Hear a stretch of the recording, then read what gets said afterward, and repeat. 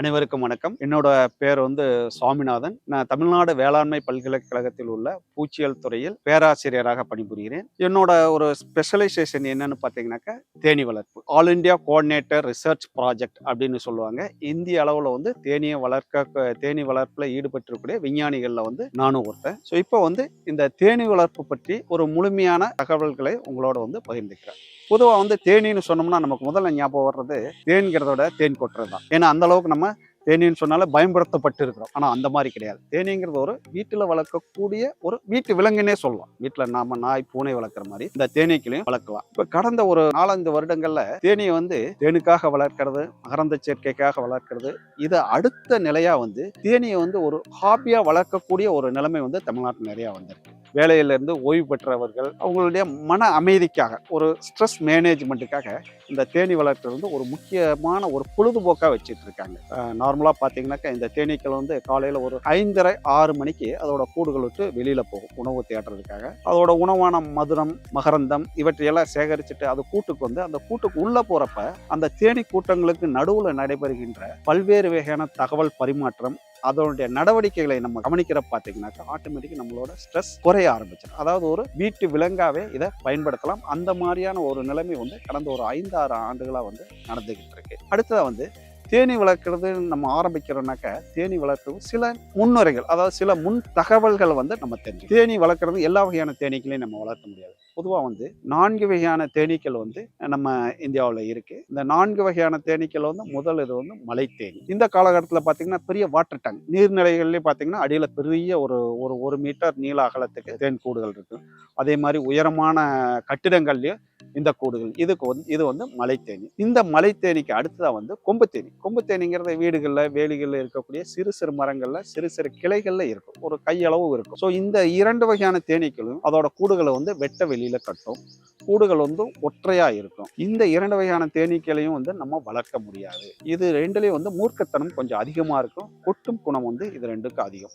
ஒரு இருட்டான இடத்துல நம்ம கையாள முடியாது. அதனால இந்த 2 இனங்களும் வளர்க்கிறதுக்கு ஏற்ற ரகங்கள் இல்லை. இதுக்கடுத்து வளர்க்க ஏற்ற ரகம் எதுன்னு பார்த்தீங்கன்னாக்கா அடுக்கு தேனி. இந்த அடுக்கு தேனியில 2 வகைகள் இருக்கு. ஒன்று இந்திய தேனி, இன்னொன்று இத்தாலிய தேனி. இதோட பெயர்ல இருந்தே உங்களுக்கு தெரியும். இந்திய தேனிங்கிறது இந்தியாவை பூர்வீகமாக கொண்டது, அதாவது இமயமலை பகுதியை பூர்வீகமாக கொண்டது. இத்தாலிய தேனிங்கிறது இந்த மெடிட்ரேனியன் ஏரியா, அதாவது ஐரோப்பியாவில் மெடிட்ரேனியன் ஏரியா பூர்வீகமாக கொண்டது. கடந்த ஒரு 1980 வரல இந்தியாவில் அதிகமாக இருந்தது இந்திய தேனி தான்.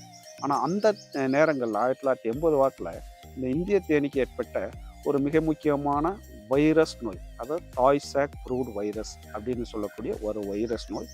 இந்த வைரஸ் நோய் தாக்குதல்னால இந்தியாவில் இருந்த தேனீ கூட்டங்களை கிட்டத்தட்ட 80% கூட்டங்கள் பூரா அழிஞ்சு போயிடுச்சு. ஸோ அதனால தேனியே இந்தியாவில் இருக்காதோ அப்படிங்கிற ஒரு நிலைமை வந்தப்பட்ட வேறொரு தேனீ இனத்தை இந்தியாவில் புகுத்தணும் அப்படிங்கிறதுக்காகத்தான் இந்த இத்தாலிய தேனி இந்தியாவில் கொண்டு வந்தாங்க. இதை இந்த இன்ட்ரொடக்ஷனை முதல்ல செஞ்சது பார்த்தீங்கன்னா பஞ்சாப் இருக்கக்கூடிய வேளாண்மை பல்கலைக்கழகம். ஈவன் 1980 வாக்கிலேயே கூட இந்த இத்தாலிய தேனி இந்தியாவில் வெஸ்ட் பெங்காலில் கொண்டு இன்ட்ரடியூஸ் பண்ணாங்க. அது பெரிய அளவில் வளரல. ஆனால் 1980க்கு பிறகுதான் இது பெரிய அளவில் இந்தியாவில் பரவ ஆரம்பிச்சு. தென்னிந்தியாவில் இன்றைய காலகட்டம் வரல இந்திய தேனி தான் அதிக அளவில் வளர்க்கப்படுது. வட இந்தியாவில் இத்தாலிய தேனி அதிக அளவில் வளர்க்கப்படுது. இதுக்கு என்ன முக்கியமான காரணம்னு பார்த்தீங்கன்னா காலநிலை. ஸோ தென்னிந்தியா பொதுவாக வெப்பநிலை அதிகமாக இருக்கு ஒன்று. ரெண்டாவது பயிர்கள் பூக்கள்ங்கிறது குறைவான அளவில் தான் இருக்கும். அதாவது வட இந்தியாவில் மாதிரி ஒரு 1000 ஏக்கர் 500 ஏக்கர் அந்த அளவு ஒரே பயிராக ஒரே நேரத்தில் பூத்து இருக்கக்கூடிய நிலைமை இங்கே கிடையாது. ஸோ அதனால இத்தாலிய தேனி தென்னிந்தியாவில் பெரிய அளவில் நம்ம வளர்க்க முடியாது. சில இடங்களில் வளர்க்கலாம், ஆனால் பெரிய அளவில் வளர்க்க முடியாது. அடுத்ததா பார்த்தீங்கன்னாக்க இந்த தேனீக்கள் வளர்க்கிறதுக்கு நம்ம பயன்படுத்துறது தேனி பெட்டி. இந்த அடுக்கு தேனிகள் இருக்கக்கூடிய இடங்கள் இருட்டான இடம். ஸோ அதனால இருட்டான ஒரு இடத்தை உருவாக்குறதுக்கு தேனி பெட்டியில இந்த தேனீக்களை வளர்க்குறோம். இந்த தேனீக்கள் அடைகள் அடுக்கடுக்கா இருக்கும். இந்த பெட்டிகள் பல்வேறு வகையான பெட்டிகள் இருக்கு. நியூட்டன் பெட்டி, ISI பெட்டி, மார்த்தாண்டம் பெட்டி, இந்த மாதிரி பல்வேறு வகையான பெட்டிகள் இருக்கு. இந்த பல்வேறு வகையான பெட்டிகள் நம்ம பொதுவாக தேனி வளர்ப்பாளர்கள் அதிகமாக பயன்படுத்தக்கூடியது மார்த்தாண்டம் பெட்டி. தமிழ்நாட்டில் தேன் அதிகம் உற்பத்தி ஆகக்கூடிய ஒரு இடம்னாக்கா மார்த்தாண்டம் மட்டும்தான். இந்த மார்த்தாண்டத்துல தான் கிட்டத்தட்ட 80% தமிழ்நாட்டுடைய தேன் உற்பத்தி இருக்கு. அந்த மார்த்தாண்டத்துல உற்பத்தி பண்றது ஒரு மக்கள், அதாவது முக்கியமா காதி சொசைட்டி உருவாக்குன இந்த பெட்டி தான் மார்த்தாண்டம் தேனி பெட்டி. அடுத்ததா தேனி எப்படி உருவாகுது, ஏன்னா அது முக்கியம். எல்லாருமே தேன்னால அது ஒரு என்னமோ ஒரு பொருள் மாதிரி நினச்சிக்கிட்டு இருக்கோம். தேன்கிறது வந்து ஒன்றும் இல்லை, ஒரு சர்க்கரை, அவ்வளோதான். சிம்பிளாக சொல்லணுனாக்கா அது ஒரு சுகர் சொல்யூஷன். ஆனால் என்ன சாதாரண சுகர் சொல்யூஷனுக்கு ஒரு தேனுக்கு என்ன வித்தியாசம்னு பார்த்தீங்கன்னாக்க, தேனில் இருக்கக்கூடியது சுக்ரோஸ் இல்லை, குளுக்கோஸ் அண்டு ஃப்ரக்டோஸ். குளுக்கோஸுங்கிறது உங்களுக்கு தெரியும், சாதாரணமாக இருக்கக்கூடியது. ஃப்ரக்டோஸுங்கிறது பழச்சர்க்கரை. இது எப்படி உருவாகுதுன்னு பார்த்தீங்கன்னா, தேனீக்கள் வந்து பூக்கள்ல இருந்து மதுரத்தை சேகரிக்கும். அதாவது நெக்டார் அப்படின்னு சொல்லக்கூடிய மதுரத்தை சேகரிக்கும். இந்த மதுரத்தில் இருக்கக்கூடிய சர்க்கரைங்கிறது வந்து சுக்ரோஸ் தான், கரும்பு சர்க்கரை தான். இந்த மதுரத்தை வந்து தேனி அதோட வாயில சில ஸ்பெஷலைஸ்டு உறுப்புகள் மூலியமா வந்து சேகரிக்கும். சேகரித்து என்ன பண்ணா உடனடியாக அதோட வயிற்று பகுதிக்கு உள்ள இரைப்பைக்கு அனுப்பிடும். இந்த இரைப்பையில் இந்த மதுரம் இருக்கும். அப்படி இருக்கிறப்ப இந்த இரைப்பை அதோட தேனியோட வாயிலிருந்து சுரக்கக்கூடிய நொதிகள், என்சைம்னு சொல்லக்கூடிய நொதிகள் வந்து இந்த சர்க்கரை மேலே வினை புரிந்து இந்த சுக்ரோஸை வந்து குளுக்கோஸாகவும் ஃப்ரக்டோஸாகவும் மாற்றிடும். அடுத்ததாக வந்து இது ஒரு முறை மட்டும் அதோட வயிற்றுக்கு போனால் வந்து அந்த மதுரம் வந்து தேனாக மாறாது. கிட்டத்தட்ட 100 முறை இது ஒரு தேனி அதோட வாயிலிருந்து இன்னொரு தேனி கொடுக்கும். இன்னும் 2வது தேனி அதோட வயிற்றுக்கு அனுப்பிட்டு திரும்ப அது 3வது தேனி கொடுக்கும், 4வது தேனி. இந்த மாதிரி கிட்டத்தட்ட ஒரு 100 தேனீக்களுக்கு வரிசையாக அதோட வாய் வழியாக வயிற்றுக்கு போய் திரும்ப வெளியில் வரும்.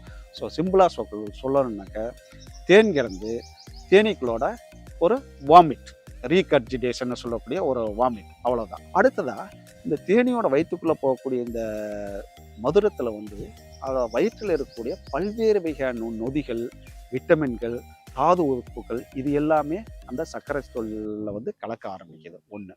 2வது, எந்த மரத்தில் இருந்து இந்த தேனை சேகரிக்குதோ அந்த மரத்தோட குணங்களும் அந்த மதுரத்தில் கலந்துருக்கும். அதனால ஒவ்வொரு தேன்லையும் ஒரு குறிப்பிட்ட வகையான குணங்கள் இருக்கும். ஸோ தேன்கிறது ஒரே மாதிரி எப்பவுமே இருக்காது. எந்த தாவரத்திலேருந்து இது சேகரிக்குதோ அந்த தாவரத்தை போல சுவை மாறுபடும், நிறம் மாறுபடும், அந்த அடர்த்தி கன்சிஸ்டன்சி மாறுபடும். உதாரணமாக வந்து ஒரு கடுகு செடியிலிருந்தோ சூரியகாந்தி செடியிலிருந்தோ தேன் சேகரிச்சதுன்னா கோல்டன் எல்லோ கலரில் தேன் இருக்கும், நல்லா ஒரு தங்க மாதிரி மஞ்சள் கலரில் இருக்கும். வேப்பம்பூவிலேருந்து தேன் சேகரிச்சதுனாக்கா கசப்பு தண்ணி நல்லாவே தெரியும் சாப்பிட்றப்போ. ஸோ வந்து சேகரிக்கக்கூடிய மரத்தின் குணத்தை பொறுத்து வந்து தேனோட குணம் மாறுபடும். இது பொதுவாக இருக்கக்கூடியது.